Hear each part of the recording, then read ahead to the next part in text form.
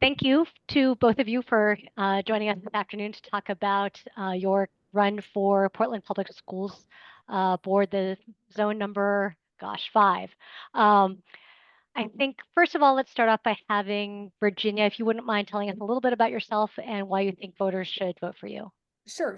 My name is Virginia LaForte, and I'm running for the position of the Zone 5 PPS Board of Directors position because I'm a PPS parent.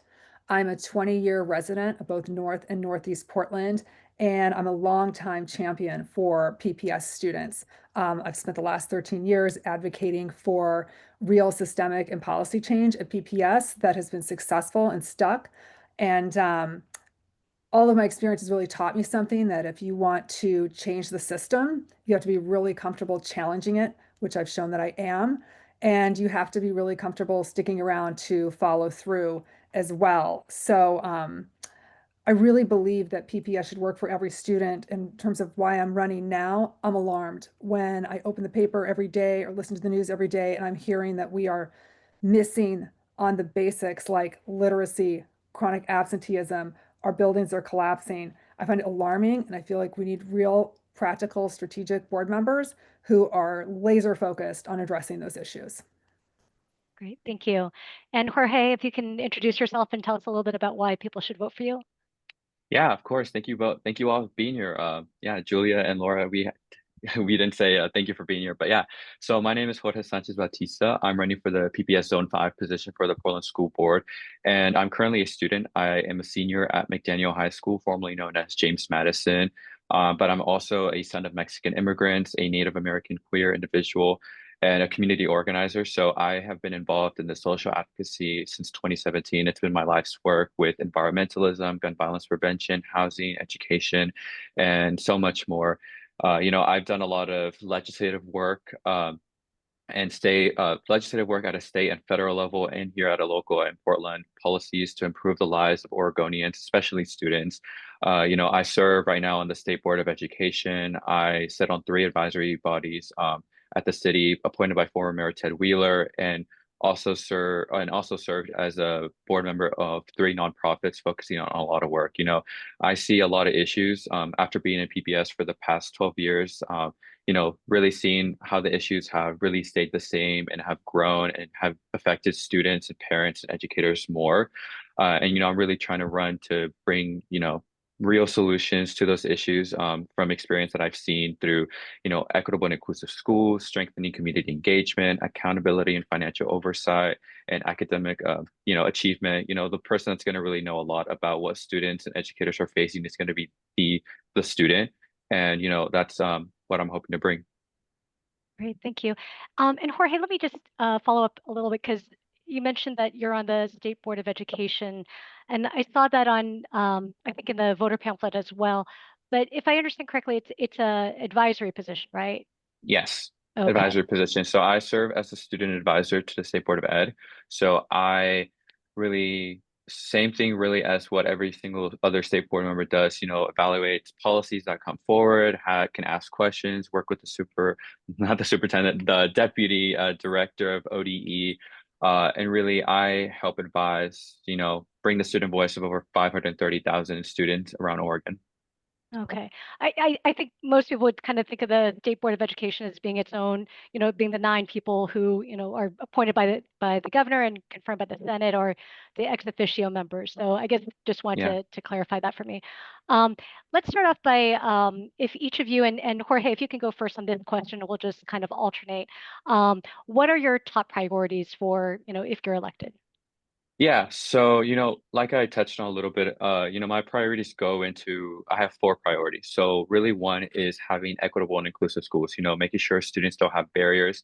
After, being in PPS for 12 years, I went to regular elementary off Prescott, Beaumont Middle School, off Fremont and 42nd, and now I'm at McDaniel. And I have seen a lot of inequity in our schools. And so I continue to see that 12 years later. And so that's one of my priorities, as well as number 2, strengthening community engagement to, involve our students, parents, unions, and staff and other stakeholders to be part of the decision-making process. We've seen a lot of lack of transparency and a lot of decision making process not being involved with some issues that we've had in the past several years. And so I really want to, build on that. As well as, accountability and financial oversight.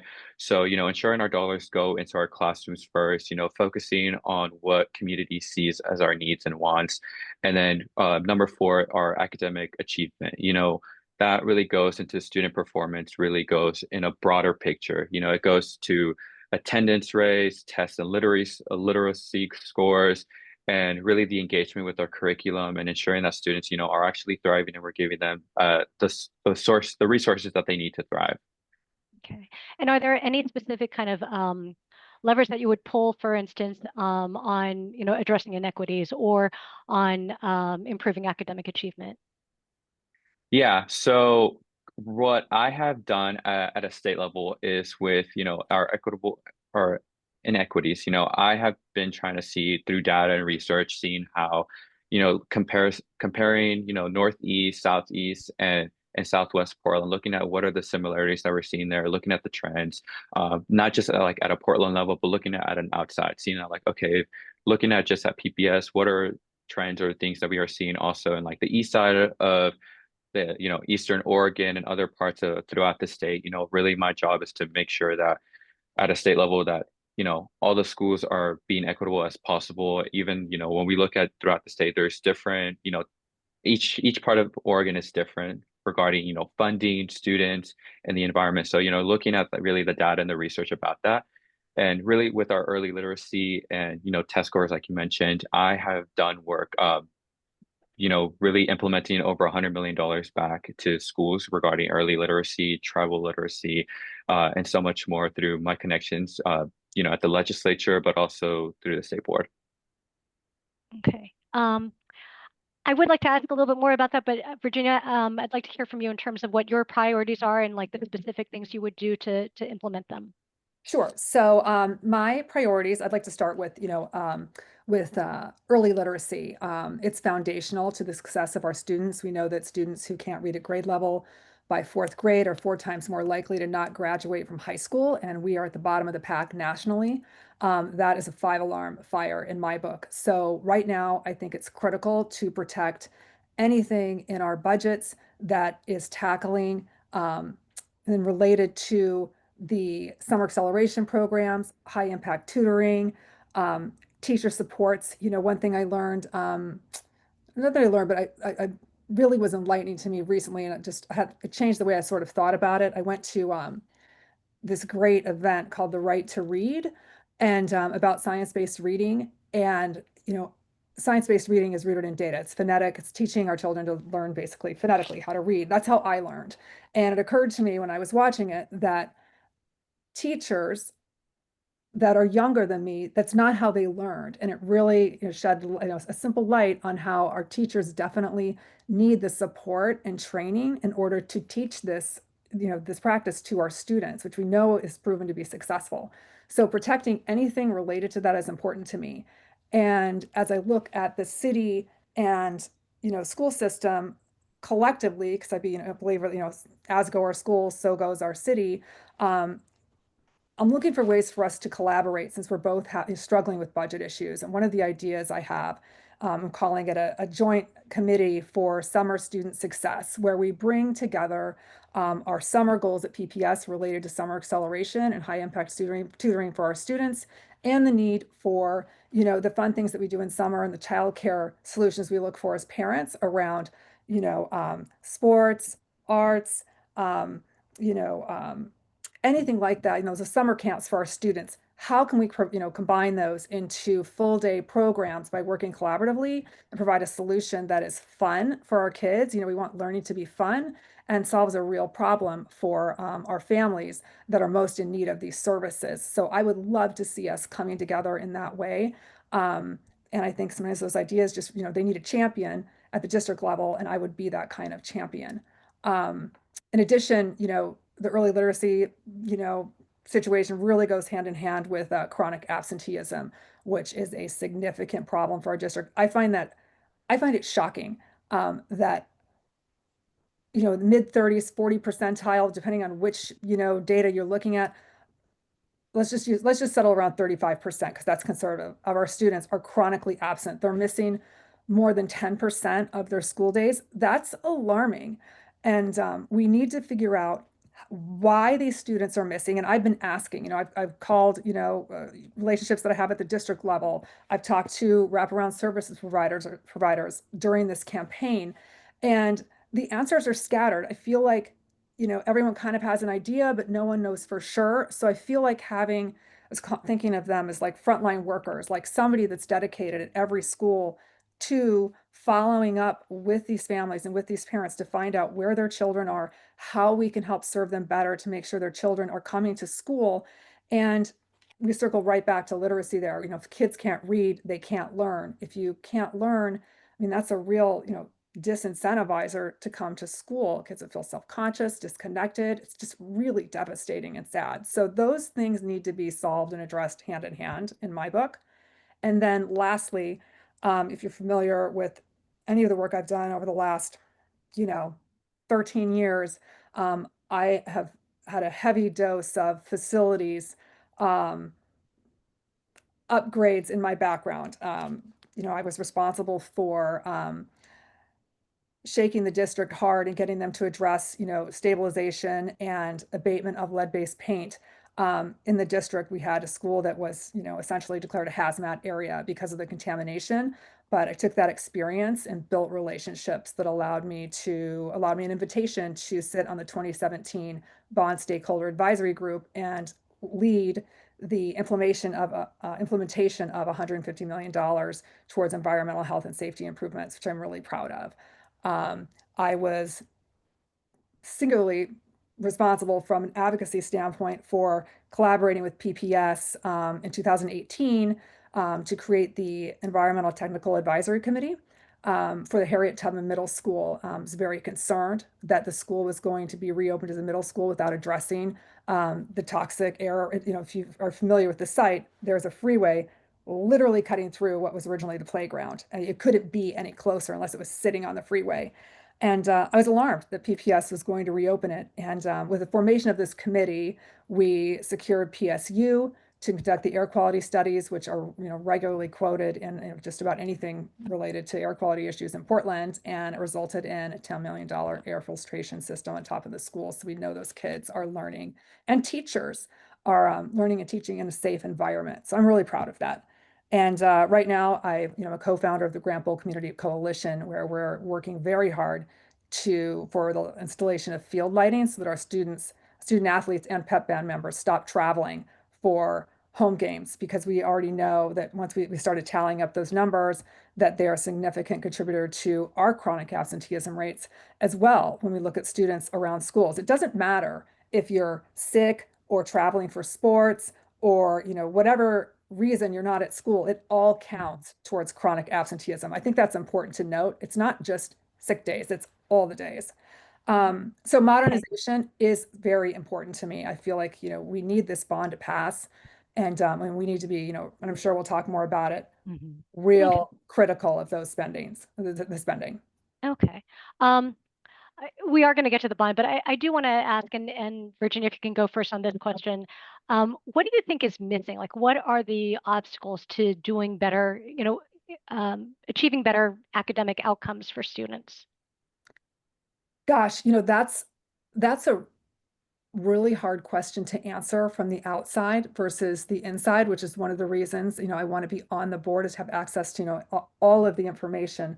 But I think the most obvious answer is funding. We know that we're funded, well below the QEM and the money that we need for our students and our teachers to be effective, the most effective as possible in their positions. So I do think funding is critical. And I think we have to start there, because we can only squeeze so much blood out of a turnip, out of every single dollar. So yeah, I think that's the number one thing we need. Okay. And Jorge, what about you? Same question. What do you think is missing in terms of, or what are the obstacles to getting better outcomes for students? Yeah, I mean, I could definitely speak on that, a lot more. Like I said, I've been in PPS for the past 12 years, and I've seen it, the ups and downs.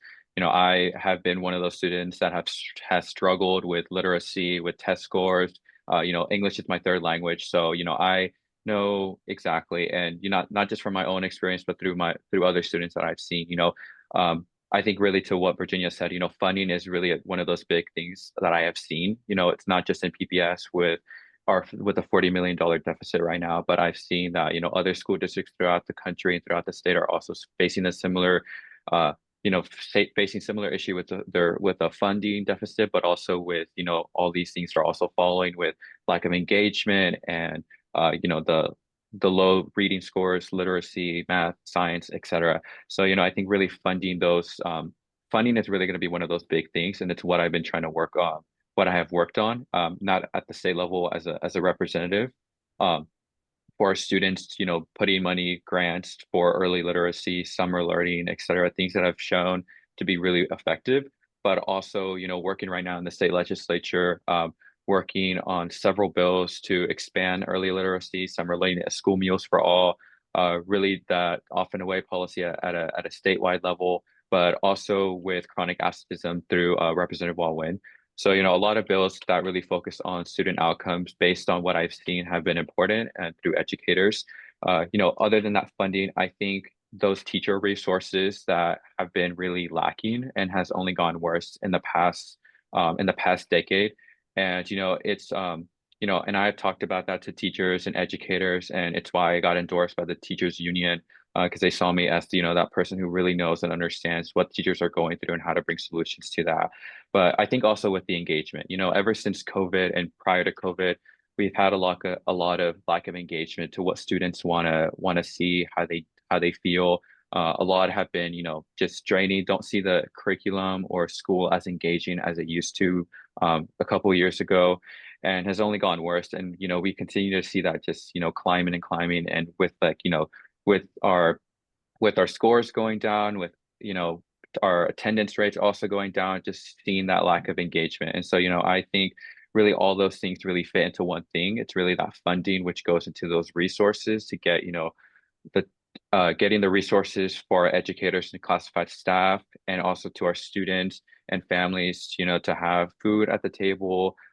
Some students go, without food, but also, that engagement and that mental health, a lot of additional things that I've seen as the student. Okay.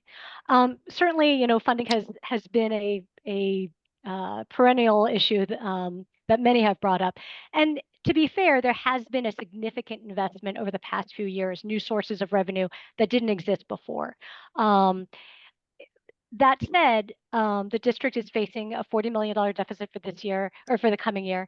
And it's unclear what's going to happen as the PERS unfunded liability potentially continues to grow.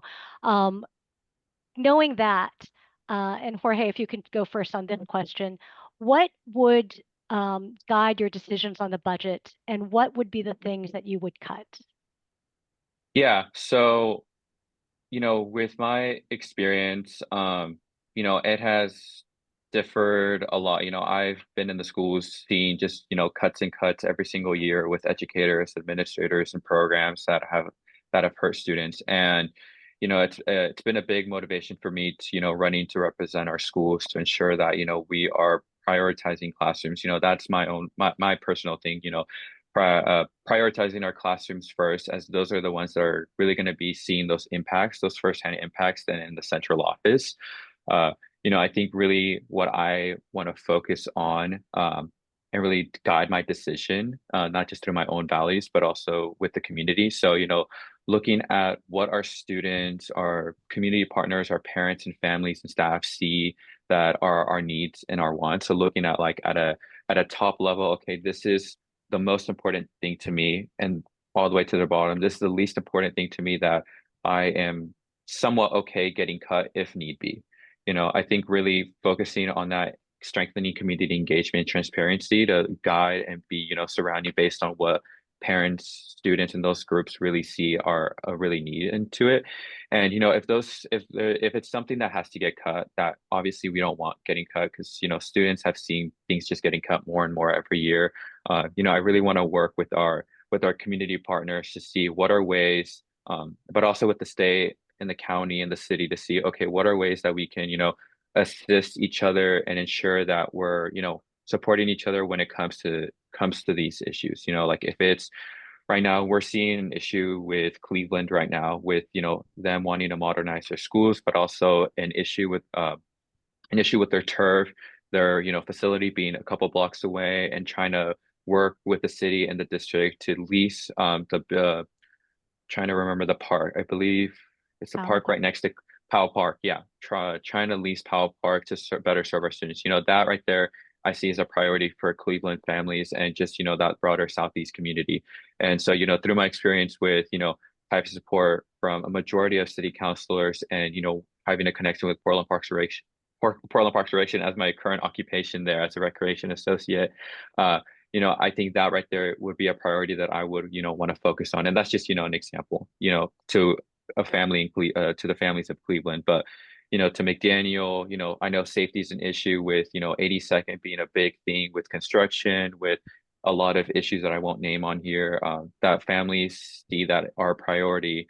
And, with Grant, like with what Virginia said, with the grant bowl, making sure our students are actually staying in our schools and not having to go away, facing that chronic absenteeism.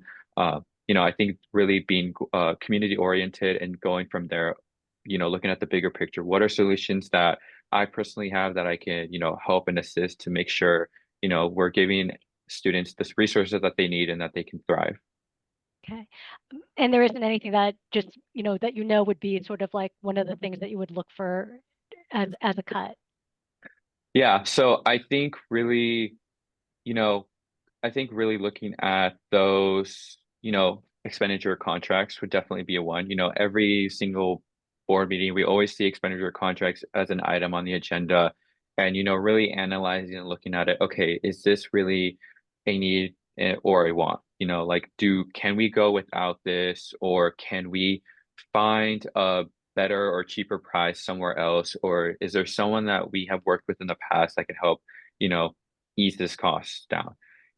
Right now, what I previously done and what I want to continue doing on the board is with our PSEF thing, um, with a PSEF fund. A couple months ago, or I want to say about a year ago, I think it was, City Council approved a resolution to give close to $100 million to school districts throughout the Portland metro area to focus on climate resilience, sustainability, and infrastructure matters.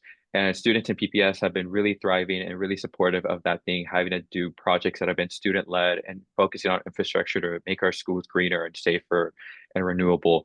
And, I think that they're, trying to see like, okay, if this is something that we can cut back on and find someone else to work with to kind of help us support that, such as a city, that would be really beneficial for us.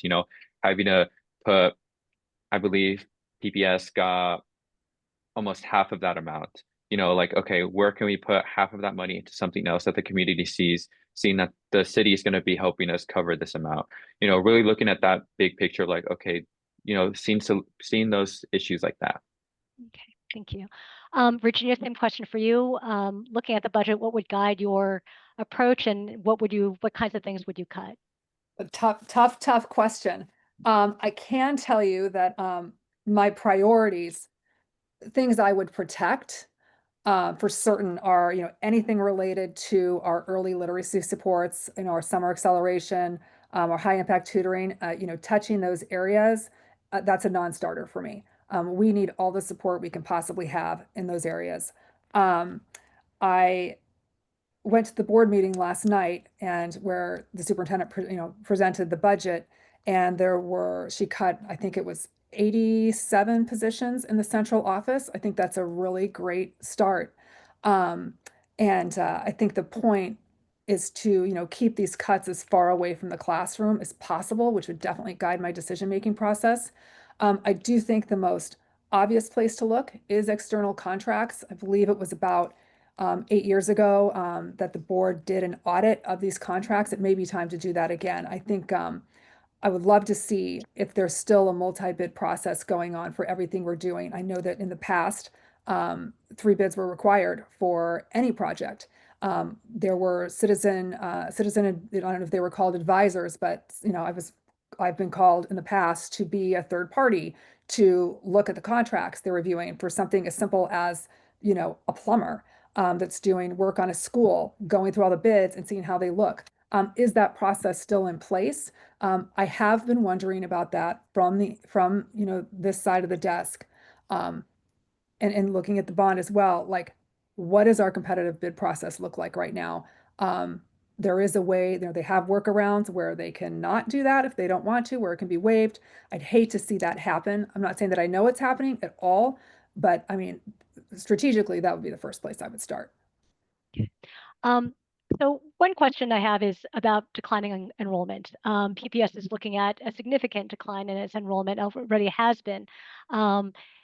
Is closing schools, is that an option? And Virginia, if you can go first on that. Sure. So, Superintendent Armstrong has not shied away from tough conversations around this subject. She has already stated that this is something that's going to be on the table in the next year. So I think if we're trying to deny that, we're just wasting time. So in terms of the approach for me, I think the first step would be to take a look at our building inventory and see which buildings, from an environmental health and safety standpoint, would be better off being put out of service. Those buildings are out there. I think we all know it. So that's where I would start and see what's left in terms of guiding that process. I believe that the process should definitely be cluster-based and holistic. I don't think you can have a conversation about an elementary or middle school without having a conversation about the high school at the same time. It's a great and easy way to fully engage the community. And I do believe those conversations, if we are fortunate enough to, if this bond needs to pass.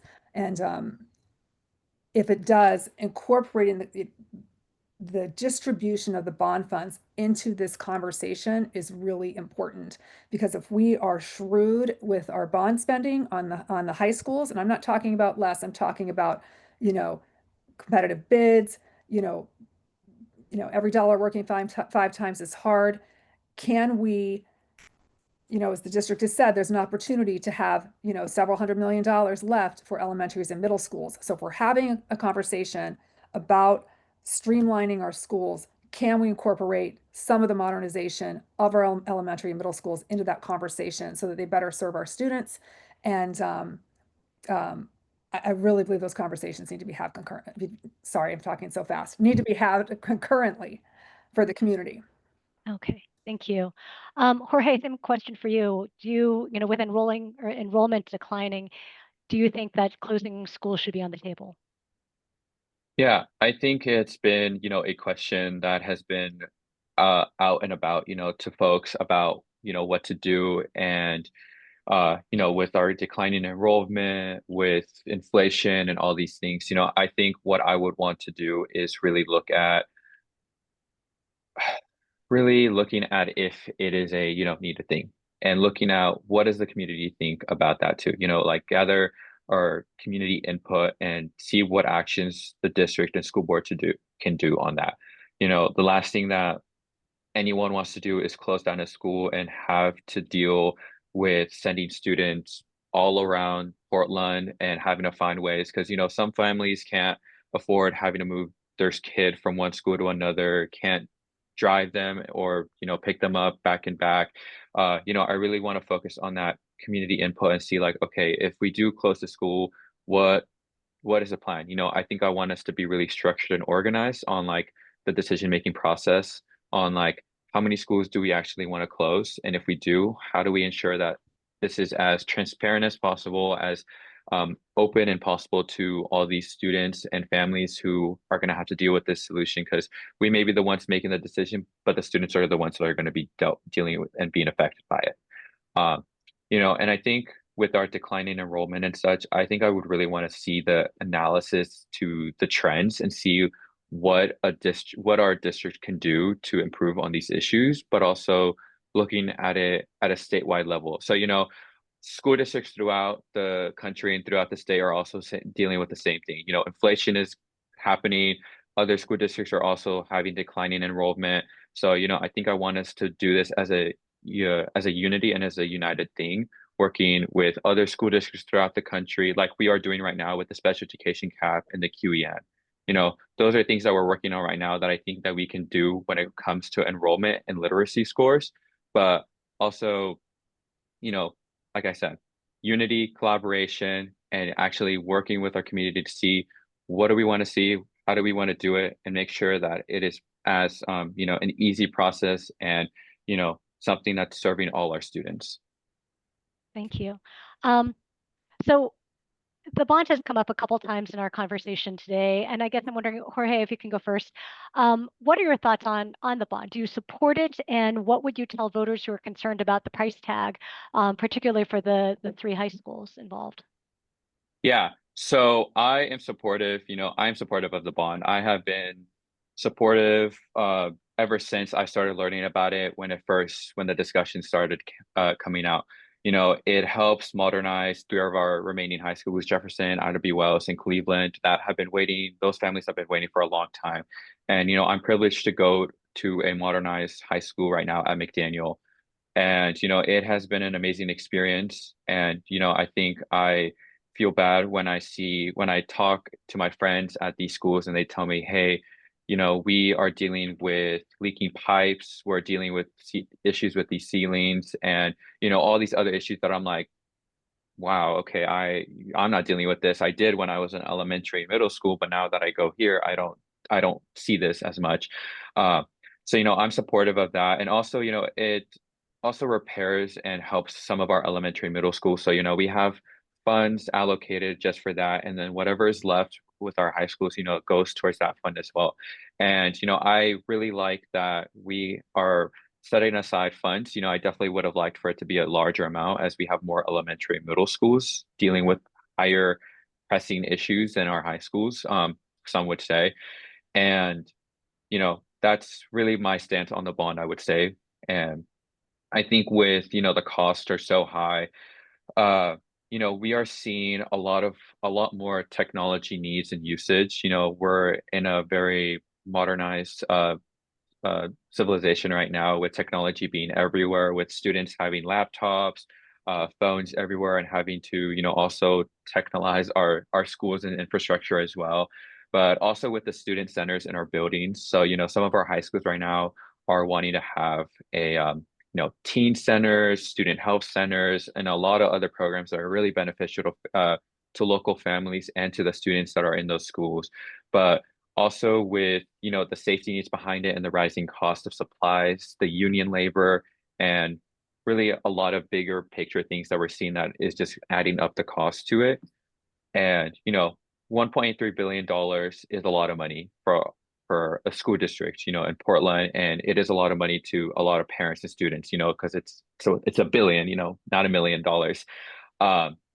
And, I think really just focusing on what comes with that money. It's modernizing our schools, it's giving us resources that our parents and students and families need, making them community hubs, and really, everything that we do as a school district should be student centered. And that's what I, like about the bond and what I hope to continue doing on the board. Um, Virginia, how about you in terms of the bond? Do you, I think you said earlier that you do support it, but what would you tell people who are concerned about the price tag? Sure, I think that's a really good question. So yes, I do support the bond. And I worked on the 2017 bond that Jorge was referencing. I was on the committee that worked on the modernizations for McDaniel, Lincoln, Kellogg, and Benson. So I've been very close to the process.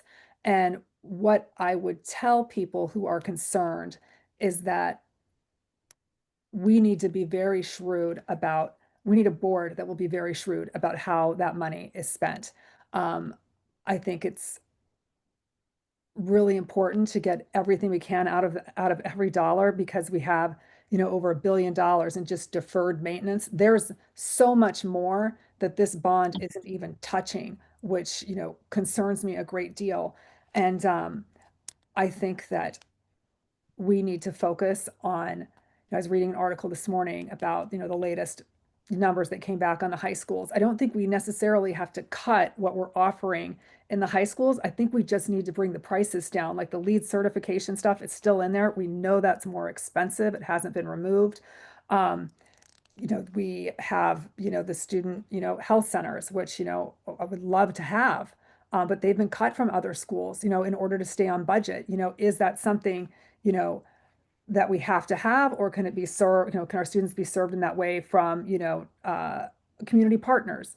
Those are the questions we need to answer. But in terms of those that are concerned, I would say, at a bare minimum, we need to get this passed, because again, there's so much more that needs to be done. There's so many elementary and middle schools that are not being touched yet. And that's going to sneak up on us real quick. So. Yeah. Helen, do you mind if I jump in? Sure.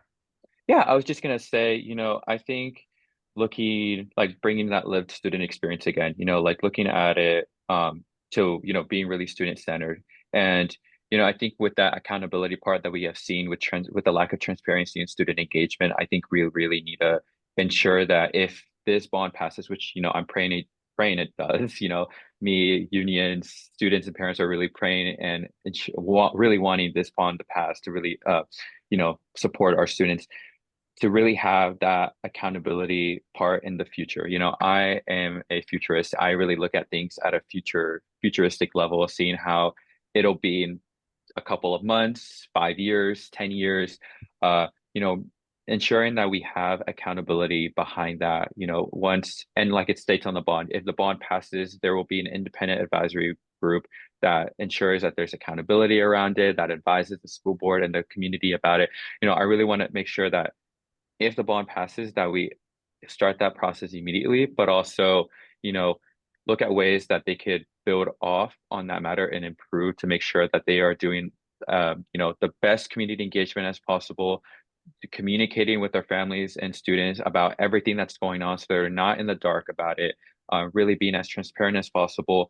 And really, ensuring that we are focusing on everything. There has been conversations about the Black Excellence Center that voters passed, and that there's just money sitting there waiting to be used with the PPS having no plan. I want to ensure that we have plans and that we're organized and structured before we start asking voters, hey, please approve this project that we have no plan about. That's not transparent, that's not being accountable to us. We want to ensure that if we are building these schools, building all these things, that we have a plan structure that shows folks like, hey, here's the plan that we have. We're asking for $40 million to cover this amount. Please accept it, or please say no to it. That's what we really need to do. And that's what I really want to work on with our Black Excellence Center, being on the board, ensuring that, we go back to that past and actually use that $60 million that's just been waiting there to support our Black and African American students, to actually ensure that we have something that focuses on their academic achievement, but also looking at our Native American Center that, families, the Indian Parent Advisory Committee asked for $40 million to do something for them. And I think, there was some, questions that the school board asked about, like, okay, we have something with the Black Excellence Center, nothing there. We don't want the same thing to happen with the Native American Center. I really want to ensure that we're doing what's best for our families and Portlanders, but also ensuring that our taxpayers are actually going into what it needs. And, I have that background, I have that info. I have helped pass grants to make sure dollars are actually going into it. I make sure, have ensured that school districts and, all these nonprofits and organizations are, holding each other accountable. And it's why, I'm being supported by a majority of, community partners who sees like, okay, they can see that I'm that, true community person that will ensure that everything that we talk about actually gets done. So how do you, okay, go ahead. I was just going to say, since Jorge pivoted to, community engagement, and one of the things I've talked about in other forums has been about this, and how if the bond passes, I'd like to say when, because I'm a big believer in manifesting, that when it passes, what I would like to see is a bond stakeholder advisory group on the flip side, that we need to have a community forum with principals, parents, architects, our building partners, all of these people in a room hammering this out. We can do that after it passes as well, to make sure that nobody feels like they're being left behind, as we refine budgets. We do not want to have the most expensive high schools in the country. That is absolutely not necessary, but if we figure out how to get there collectively as a community, as each individual cluster, and everybody is engaged in the process, it's a much easier sell to the community. Great, thank you. And I think actually, Jorge, you go first on this question. And that's how do you what is your style for holding, individuals, organizations accountable? Like, what does that mean to you? How do you show that in practice? Yeah, so my leadership style is really, being an active listener, to everyone, being a collaborator, speaking up when something is, wrong. See, if I hear a parent, a student, or someone saying something that, I don't agree with, or that I see that is wrong, I'm not, or that I see that I don't know anything about, and I'm gonna ask questions. That's really how I surround myself when it comes to disagreements with a board member or with an organization or with the union. We don't need folks that are going to be trying to take folks' ideas, trying to copy what they're doing, or really, being an argumentative person who's like, hey, I know what's best, just follow along. I want to try to be like, okay, if you see an issue with, let's say, with this bond, how can what issues do you see around it? How can we work around it? We have, with this bond right now, we have unions endorsing it, we have elected officials endorsing it, community organizations endorsing it. And, whenever we move forward from something like that, actually bringing those skills forward to me is what, I would want to do. Okay. In terms of though, like as a board member, who you oversee the superintendent, you know, what would be your, I guess, how do you go about kind of, um, you know, how do you go about determining whether the superintendent is doing their job? What is the way that you would, just in terms of watching some of these board meetings, like, is there something that you see, what is it that how do you envision yourself acting as part of the board to make sure that the district is on track, is doing what it should be doing? Yeah. No, yeah, I appreciated that because I mean that's going to be that's one of the primary responsibilities of a school board member, and as a whole school board does, really hiring, firing, evaluating the superintendent to make sure that they are really focusing on our vision and future to better serve our students. I think really how I want to do it is working with the rest of the board to determine how we develop this criteria and how we evaluate them is really going to be a board conversation with also involving our communities to ensure, we're succeeding in that mission. Everyone wants to make sure that we are student centered, that we are giving every student an education where they can thrive. Through my community engagement and a very structured accountability process is how I, want to take steps forward. We're going to see if we see an issue with something, we're going to ask questions, be an active listener. If there is an issue arising from a school or community, they're going to come to us, they're going to testify, they're going to email us, go on the media and, get our attention to see like there is an issue at McDaniel High School that has been happening for 5 years and the superintendent is not taking action. From there, I want to be, okay, go to that community, talk to those parents, students, administrators, educators, see what is going on, bring it back to the, superintendent, be like, hey, as a community liaison and as a school board member, I'm hearing these issues arising and wanting to talk to you about how do you know anything about this? Do you have a plan for it? Those are the types of questions. I don't want to go behind their back, do something that's going to upset them because a superintendent and a school board has to work together. It's a collaborative matter. It's not a school board who's the boss of the superintendent, which technically is the process, which is how it is structured. But I want to make it a collaborative thing, not make it a hierarchical thing. We're all working together for one thing, making sure our students are succeeding and doing what's best for the school district. Thank you. Virginia, same question for you in terms of accountability. How do you go about holding an organization or an individual accountable? Well, I do this every day at my day job. And the first thing we do is we create our goals together. I work with my teams to establish clear goals for our projects, and we create those goals together. So in the case of the district, I would expect the board and the superintendent and our teachers to be working together to figure out, what our goals this year are for, increasing our literacy rates, increasing attendance, increasing graduation. Collectively, establishing those goals is really important because you get buy-in with everybody who's involved in making it successful. And then, what is your plan? And, what are your metrics? Metrics, it's not a dirty word. People inherently want to know what they're supposed to be accomplishing when they're working on a big project, because when they meet their goals, they feel good, they're successful. So having metrics around and shared goals around literacy rates, around, like I just said, chronic absenteeism rates, like what are our attendance rates? How much do we want to increase those by this year as a team, not as a, directive from up here. And like I said, people want to know what their goals are, but in order for these things to be successful, you definitely need regular check-ins. This isn't like something you bring up at the beginning of the year and check in and, May and see how it's going. We need like regular check-ins with our teachers, with our staff, with our superintendent, addressing key issues that these metrics are related to. When we give them goals, we can't just, throw them to the wind and hope they're successful. So those are kind of the three levels that I look at accountability with, if that makes sense.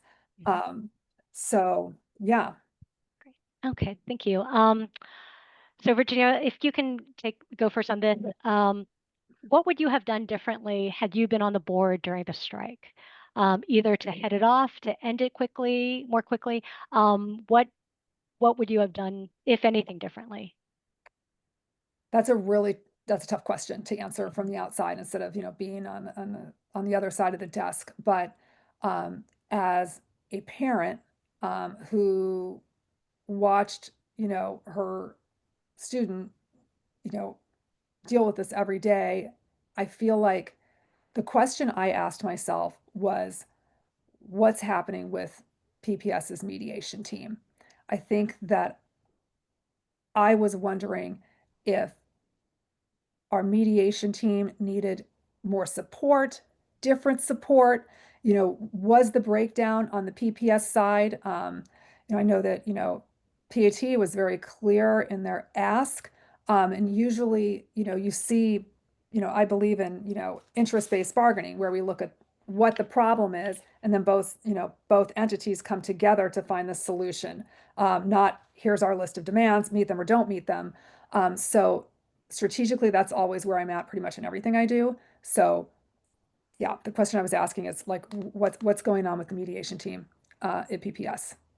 And did you think that you were talking about they were very upfront with their demands? I mean, I think PPS was pretty clear about the limits of their budget. So I guess I'm wondering, how would you, what do you think, I guess, was the problem there in terms of like just no progress? So and maybe I didn't answer clearly enough. I don't know, and I think it'd be impossible to know unless you're sitting in the room. But my first question to the board member would have been, what's going on with our mediation team, and why are we struggling so hard to get on the same page with common goals and a limited budget? And the budget really became the issue with, a lot of, distrust over, what the numbers, really were. And I think we're seeing now, we know exactly what the numbers were. We're seeing, staff cuts across the district. We're cutting over 200 FTE. Like, that's a lot. And especially with declining enrollment, we have fewer students. So yeah, I think that from a PPS standpoint, I just was wondering if if somebody else was in the room, would this have ended more quickly? I don't know the answer to that, and I'm not pointing fingers. I'm just answering the question. Okay. Jorge, what about you? What are your thoughts in terms of just, what happened there and what would you do differently? Yeah, I mean, yeah, I was involved with the teacher strike in 2023 when it first happened. It was a very historic, surprising, strike. No one thought it would have actually happened, but it did. I picketed alongside them for 16 days, that whole month of November, and was a student advocate sharing, updates with the student body throughout the city about what was going on, that communication part, uh, and community engagement, ensuring that students and everyone was aware about what was going on. Students were really in the dark about why educators were striking, when we would back in school, how it would affect students in programs, sports, and like those AP and IB classes. And I really mobilized them to take action in their local schools. So just speaking on my experience real quick, I, made a district-wide survey and Google form to really collect information once bargaining had came to an agreement, which got close to over 10,000 responses from students about how students would like to make up the lost time. That was really what I did personally. And, other than those things that I did during that whole month, I advised the bargaining team about, student priorities. I really try to work with both sides about, being really in the middle as try to being as a mediator and just a community liaison, which I want to do, on the board, which is what a school board member should do, being as a mediator in a school, and a liaison who's not, on either side, but trying to make sure that, we're coming together and coming to an agreement on something. So, I really worked on them with, classroom caps, which was really a big conversation, restorative justice, really with like when students get in trouble, what are the actions, and really, the mental health, really the communication about the strike process and, amplifying the student voice, in a legal way, because I couldn't be in those bargaining meetings. I couldn't really, you know, do as much of the things that I really wanted to do, but I did at the full extent of what I personally could do through the union and the district. So, I what I would really do uh, as a school board member who, is being supported right now as the pro-labor candidate endorsed by PFSP, PAT, and the leadership of the local SEIU, all the majority of the unions in the district that represent our workers.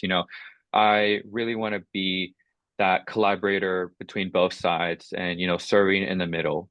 I'm going to be that person representing families and students as well as all those other folks. And really, being that, mediator, like I said, again, being that true communicator and advocating in the middle so that we are, focusing on our bargaining, doing what is best for our students and finding, common ground. We're always going to find common ground in some way. And, with some of the things, like you said, Ellen, some of the conversations that were held was about, the funding part. Do we have money for this? There is money for this. There isn't money for this. Funding was a big part on increasing the wages for our educators and staff, all those support and programs that we want. And, you know, both sides knew that there was issues with money, there's issues with enrollment, and it's why right now they are working in a collaborative way to go to the state and ask to fully fund the QEM, to remove the special education cap, and really things that are beneficial to students in Oregon. And so, that's what I, want to do as the pro labor candidate. It's why they endorse me. They see me as someone that could be a true collaborator that knows how to deal with unions. And, it's what I hope to do. And do you think that as the pro-labor candidate, you could be, you can hold them accountable as well too? For instance, I mean, it was borne out that their numbers were wrong, that what they thought the district could afford was nowhere near what the district could afford. So if you're a board member in that position, how would you handle that? Yeah. So, during the strike, I had disagreements like every single other person does. I had disagreements with the union on, some things when it came to how we're gonna pay for this, priorities and everything like that. I was more in the student priorities and the union was more towards their worker priorities. That's how it worked. And, I try to communicate with them about all these matters. And as a school board member, I will again try to, be that, collaborator and try to see how, how we want to work on this matter. If it's something about, raising the wages for our workers, which is, a big conversation with, inflation and everything like that. When we have bargaining again in, I want to say next year, I believe. So, trying to remember when bargaining is. I know it's like a 3-year contract. Um, but when we have bargaining again, and I'll be at that, and hopefully be all at that table, being that true mediator. We're gonna have conversations about COLA, all these benefits, and all these things that cover about our educational workers, and really seeing, okay, having actually these numbers, and when they see me, when they go into that room and they see me, they're gonna be, hey, it's Jorge, our pro-labor candidate who understands our struggles and issues more than anyone, who knows how to collaborate and know how to find these common grounds, and who will have the data and information from a statewide level, from a district level, and from a union level, and seeing, okay, these are actually the numbers. What we know that we want to fully fund our workers and give them everything that they need, because teachers are underfunded. They don't get paid enough. They do a lot of our work, and they're the reasons why students such as myself are thriving and, going to college hopefully soon. And, trying to see how can we be in a collaborative and common ground way to ensure that we're doing what's best. I'm always going to do what's best for the district, while also thinking about what's best for students, what's best for our general fund, and what's best for our union workers. Yeah. Thank you. Julia or Laura, did you want to jump in? Yeah, and I'm sorry too, I was late from the beginning, so I apologize late.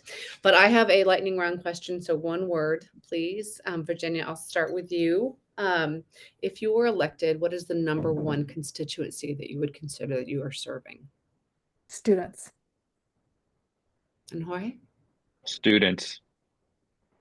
Thank you. Great. Thanks, guys. I want to remind you both to turn in your questionnaires if you haven't done so already. I hope everybody got my email with that.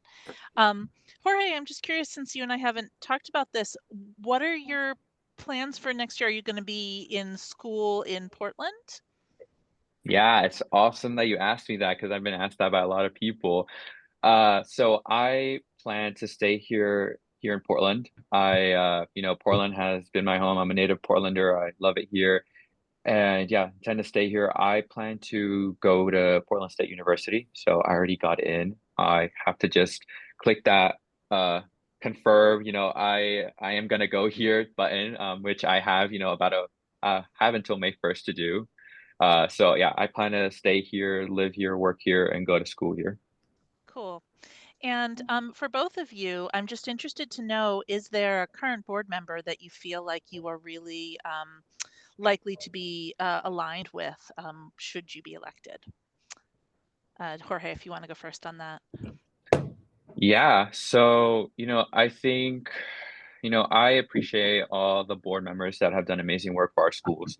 But I think the #1 that I really share a similar educational vision with, about moving forward and being in a collaborative, united way, would be PPS Board Chair Eddie Wong, who has endorsed my campaign, who spoke at my campaign launch.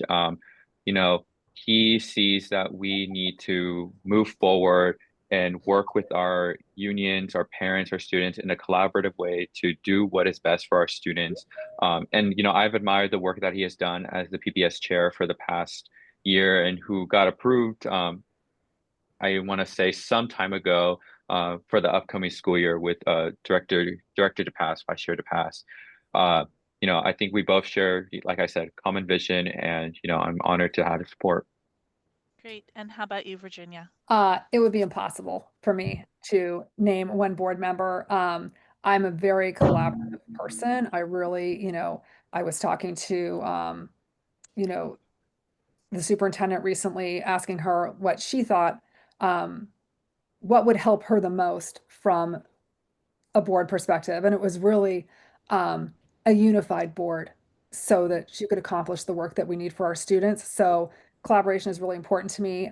It's why I also have Eddie's endorsement for my campaign as well as Patty, Julia, Gary. You know, it's a breadth of opinions that we see on the board, voices who are not always on the same side of the issues. They're all supporting my campaign. And I think it really shows that that is the approach, the collaborative approach is something that I always lead with. Great, thank you. We are pretty much out of time, but I'm hoping that each of you can just give like a 30-second summary of you know, what you think voters should know about you. And Virginia, you can go first, and then Jorge, you can have the last word. Okay, 30 seconds. So as a PPS parent, I have a front row seat to the student experience. I've got a high school freshman right now, so I'll have that bird's eye view for quite a while.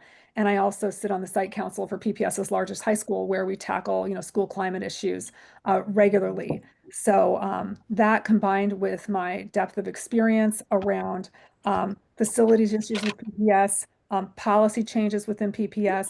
I was on an ODE work group that refined the district complaint process for the entire state. That collective experience puts me in a position of having, I believe, the best perspective to help lead the district towards, you know, successful initiatives that solve these problems that we have, especially early literacy gaps and chronic gaps in TSM and our crumbling infrastructure. I would love nothing more than to serve our students. It's basically my hobby at this point. It's what I do in my free time. And it's the most meaningful thing I think I do every day. And, you know, on that note, you know, I really hope to earn your endorsement for this position. It would mean a lot. I respect your publication a great deal. I'm a longtime subscriber and, you know, appreciate the work you do bringing these issues to light for the community as well. Thank you. And Jorge. Yeah, so I first want to thank Julia, Laura, Helen for you guys, for all of you being here.